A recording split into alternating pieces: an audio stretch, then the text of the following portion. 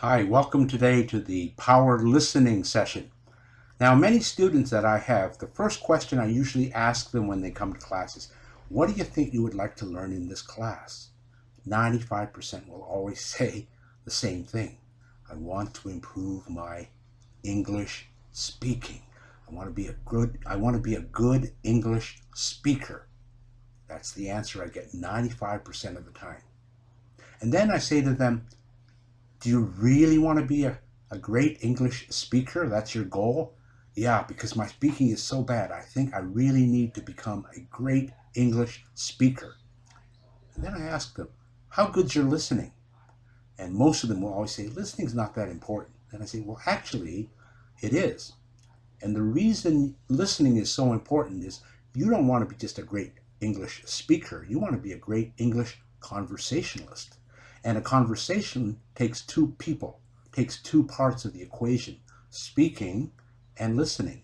And if you're always going, excuse me, can you please repeat that? Can you speak a little bit slower? I can't really understand what you're saying. Then you're not really a good listener. People don't like talking, don't like having conversations with people who don't listen. You're probably the same. People don't listen to you. Do you really want to talk to them? So my point is, you really need to learn to be an effective listener. A few things that I always mention to my students at the beginning, a lot of them say they want to do extra work at home. And so they say, is watching videos a good idea? One of the ideas that I always tell them is, yes, it's a great idea, but turn off the subtitles. Otherwise, it becomes a reading exercise and not a listening exercise. You want to have a great listening exercise. So if you turn off the subtitles, you give yourself a good listening exercise. So now let me give you a little presentation on why you really need to learn listening. So watch this.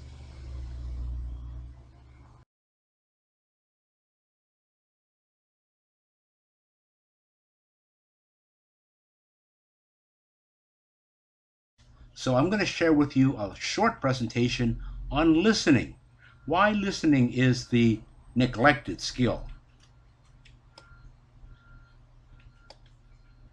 I know you believe you understand what you think I said, but I am not sure you realize that what you heard is not what I meant. Very good quotation to think about when you have to think about listening. Unfortunately, we don't think about listening very much. I'm going to give you an overview of what we're covering today. First, we're going to give you a definition. What is listening? And then I'm going to show you what we know about listening and the different types of listening. So, communication, effective communication depends on effective listening. And effective listening, we mean you can get it the first time you hear it. Now, this is not something you say, but I don't get it. I have to get people to repeat all the time. Listening is a skill that needs constant practice, but your purpose, your goal should be to be able to understand the first time round. It may take you 1 year, 2 years, or even 5 years. It may even take you your lifetime, but that's your goal, is to get it the first time. As you can see in this diagram, communication depends on listening, but there's quite a few steps from the sender to the topic to the message, down to the medium, to you, the receiver, and then you can reply to the message. So it's quite a lot of steps involved, even though it seems like it's only one step. Listening is not the same as hearing. Hearing only requires physical ears. If you had a set of ears, you can hear. Doesn't require any practice. It's the physical act of receiving a sound. It's a very passive process. When someone drops something, you hear the sound. You didn't have to do any effort to hear it. So that's hearing, effortless. Listening, on the other hand, is a selective process. You actually conscientiously choose what you want to listen to. Now, to become an effective listener, that's good and that's bad. We'll explain in another session why it's good and bad. But listening is an active process. It's not a passive one. You need to choose what you want to listen to. And when you've chosen, you should listen well. Listening takes a lot of work. Yep, takes a lot of work and effort to get really good at it. Here's the definition of listening. It's a selective process of receiving, attending to, understanding, evaluating, and responding to oral sounds. A-U-R-A-L. Oral means sounds that you hear. What is listening? It's an ability to receive, attend to, and assign meaning to both oral and nonverbal stimulus in a particular context. It is active, multi-skilled, multi-layered, and includes nonverbal signals. So what do we know about listening? Listening is the most used of all communication skills. Let me repeat that. Listening is the most used of all communication skills. Listening is also the least developed of all communication skills. You would think that we need to do listening so much that we would actually develop it, but we don't. Listening training does improve listening ability. The better the exercise, the better the training. Not all training exercises are created equal. The most used communication skill is listening. Back as far as 1926, a researcher by the name of Rankin calculated that adults spend 70% of their day in communication. 45% of that time is listening. 30% is speaking. In 1981, a researcher by the name of Barker researched college students, and he found that they spend 53% of their day listening, 16% of their day speaking. Well, think about it. When you go to university or college, you're listening to the professor most of the time. Once in a while, you may be asked a question, and then you get a chance to speak. And you speak to other students between classes. But that's it. The rest of the time, 53% of the time, is listening. 1971, a researcher by the name of Keefe found that executives spend 57% of their day listening. And Style in 1981 calculated that executives spend 63% of their day listening. So we have quite a range, but it's like 53, 63, 57, 70%. That's a lot of listening in one day. So you can see how we use listening. But like I said before, it's also the least training. It's the one that we get the least skill development. Types of listening. We have comprehensive listening. So here you're trying to get new information at a lecture. Maybe you're getting instructions from your supervisor. So you have to listen very carefully and not make a mistake. We have evaluative listening. So someone's doing a product demonstration. They're showing something new in your company. Someone's giving their opinion, and you need to make a judgment based on what they say. That's evaluative listening. And finally, we do appreciative listening. When we go to a concert and listen to music, it's just for pleasure. We don't have to listen really carefully. It's to relax us. When we go home, we turn on some music. It's just to relax. And we choose the kind of music we listen to. So again, this is the third kind of listening, appreciative listening. Listening is the least developed communication skill. Here's what we mean. How did you learn your native language? First, you learned listening for about 1.5 years as a baby. You listened for 2,500 to 3,000 hours before you even said mama or baba, which is the second skill. Reading at school, and then finally you learn how to write. But from usage, you use listening 45% of the time. 30% of your time speaking, 16% of your time reading, and 9% of your time writing. Now, here's the most shocking part. Are you taught listening in school? And this includes evening classes or night school. Most of the time, writing, grammar is the most emphasized. That's where you get the most. Second is reading. Third is speaking. And the least important of all the skills that are taught is listening. So you've got an excuse to say, my listening's not very good. You haven't had much chance to practice. Listening, it's the neglected skill. Remember, the word silent, S-I-L-E-N-T, contains exactly the same letters as the word L-I-S-T-E-N. So to be an effective listener, learn to be silent. Here's the final thought on listening. Another quotation. When you talk, you repeat what you already know. When you listen, you often learn something. So I hope you got something out of that. And you can really see that listening is the most used skill, but it's not taught. It's the least taught skill. And so you really got to get to listening. So now we're going to go to a listening exercise. And this listening exercise is probably a lot different than any listening exercise you've ever had. And because it's different, the first thing you're going to say, because I know my students always tell me this, they say, "Sir, it's really difficult." It's not difficult. It's just you've never done a listening exercise like this one before. So anytime you do things for the first time, it will seem difficult. Just stick with it. So the instructions are very clear at the beginning. So listen to the instructions before you jump into the exercise. Follow the instructions and you will get a great result. So this is the power listening exercise.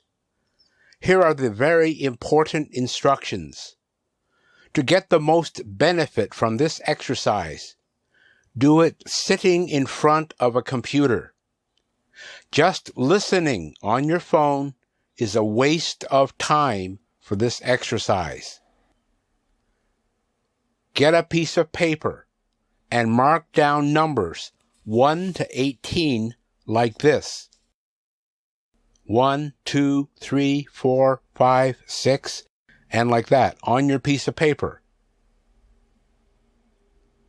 Now, there will be some new words you may not know.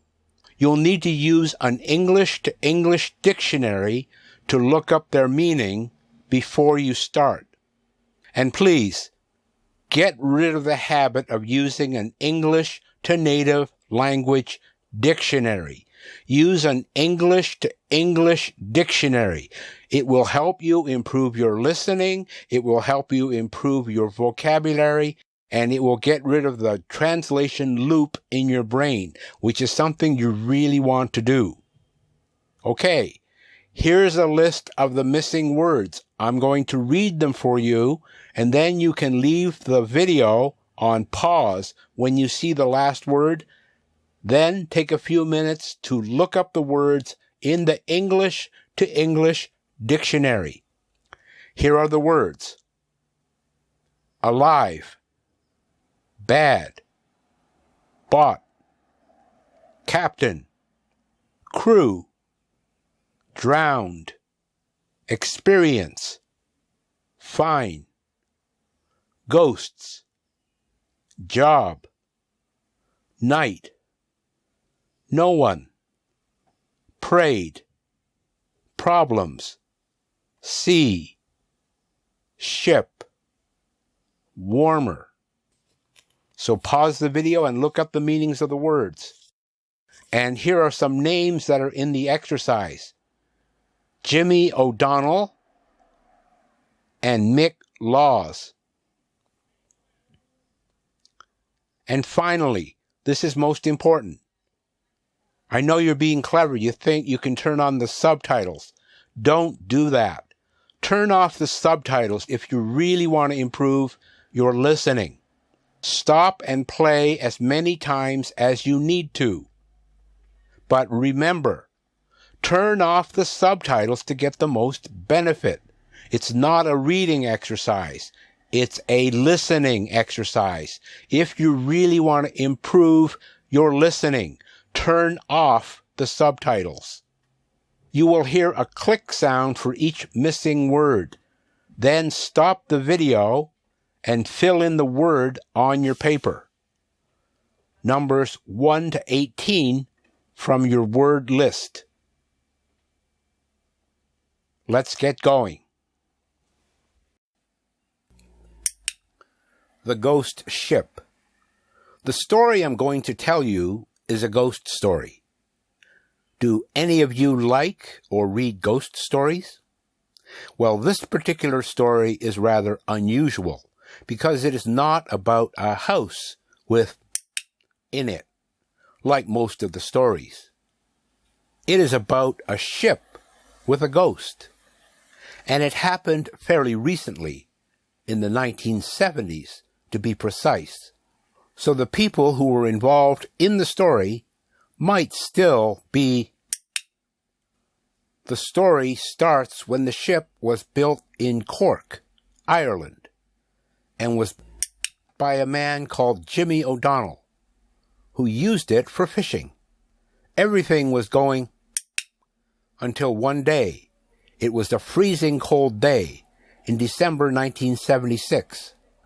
3 of the were pulling in the fishing nets over the side of the ship when one of them got caught in the net and was dragged overboard. Before anyone had a chance to save him, he in the icy water. After this awful tragedy, Jimmy lost his taste for fishing. His heart was just not in it anymore, and he sold the ship. The ship next turned up in the north of England, at a place called Bridlington. It had a new called Mick Laws, who was really excited about his new. But, as he was to say later, the next few months, instead of being good, were destined to be the worst of his life. Things kept going wrong with the boat, things that you couldn't explain, and the cabin on the boat was always icy cold, even though they tried everything they could to make it. New heating, oil stoves, fires. Then the captain had a terrible. He was lying on his bed, going to sleep when he saw the side of his mattress being pulled down, as if somebody was climbing into the bed above him. He looked up, but there was there. Then the crew said that they kept seeing a shadowy figure up on deck, particularly when the weather was. In the end, the captain decided to ask a priest to help. The priest said that he felt that the problem was that the dead sailor had never been buried because he had died and therefore his spirit was still wandering about. So the priest came to the ship and said some prayers. That the dead sailor would find peace, and after that, the ship had no more. But I don't know if I would like to work on it. Do you? So how did you like the exercise? It was pretty challenging, right? So I just want to make sure that you went through the exercise and followed all the instructions.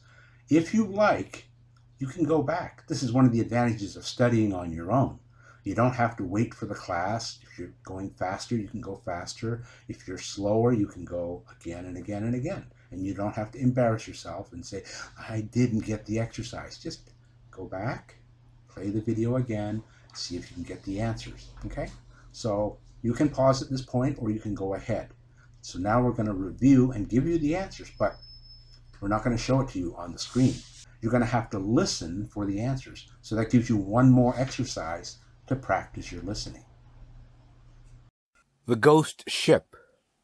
The story I'm going to tell you is a ghost story. Do any of you like or read ghost stories? Well, This particular story is rather unusual because it is not about a house with ghosts in it. Like most of the stories, it is about a ship with a ghost. Well, this particular story is rather unusual because it is not about a house with ghosts in it, like most of the stories. It is about a ship with a ghost, and it happened fairly recently, in the 1970s to be precise. So the people who were involved in the story may still be alive. The story starts when the ship was built in Cork, in Ireland, and it was bought by a man called Jimmy O'Donnell, who used it for fishing. Everything was going fine until one day, it was a freezing cold day in December 1976. 3 of the crew were pulling in the fishing nets over the side of the ship when one of them got caught in the net and was dragged overboard. Before anyone had a chance to save him, he drowned in the icy water. After this awful tragedy, Jimmy O'Donnell lost his taste for fishing. His heart just was not in it anymore, and he sold the ship. The ship next turned up in the north of England, at a place called Bridlington. It had a new captain called Mick Laws, who was really excited about his new job. But, as he was to say later, the next few months, instead of being good, were destined to be the worst of his life. Things kept going wrong with the boat, things that you couldn't explain, and the cabin on the boat was always icy cold, even though they tried everything they could to make it warmer. New heating, oil stoves, fires. Then the captain had a terrible experience. He was lying on his bed, going to sleep one night, when he saw the side of his mattress being pulled down, as if somebody was climbing into the bed above him. He looked up, but there was no one there. Then the crew said that they kept seeing a shadowy figure up on deck, particularly when the weather was bad. In the end, the captain decided to ask a priest to help. The priest said that he felt that the problem was that the dead sailor had never been buried, because he had died at sea, and therefore his spirit was still wandering about. So the priest came to the ship and said some prayers. He prayed that the dead sailor would find peace, and after that, the ship had no more problems. But I don't know if I would like to work on it. Do you?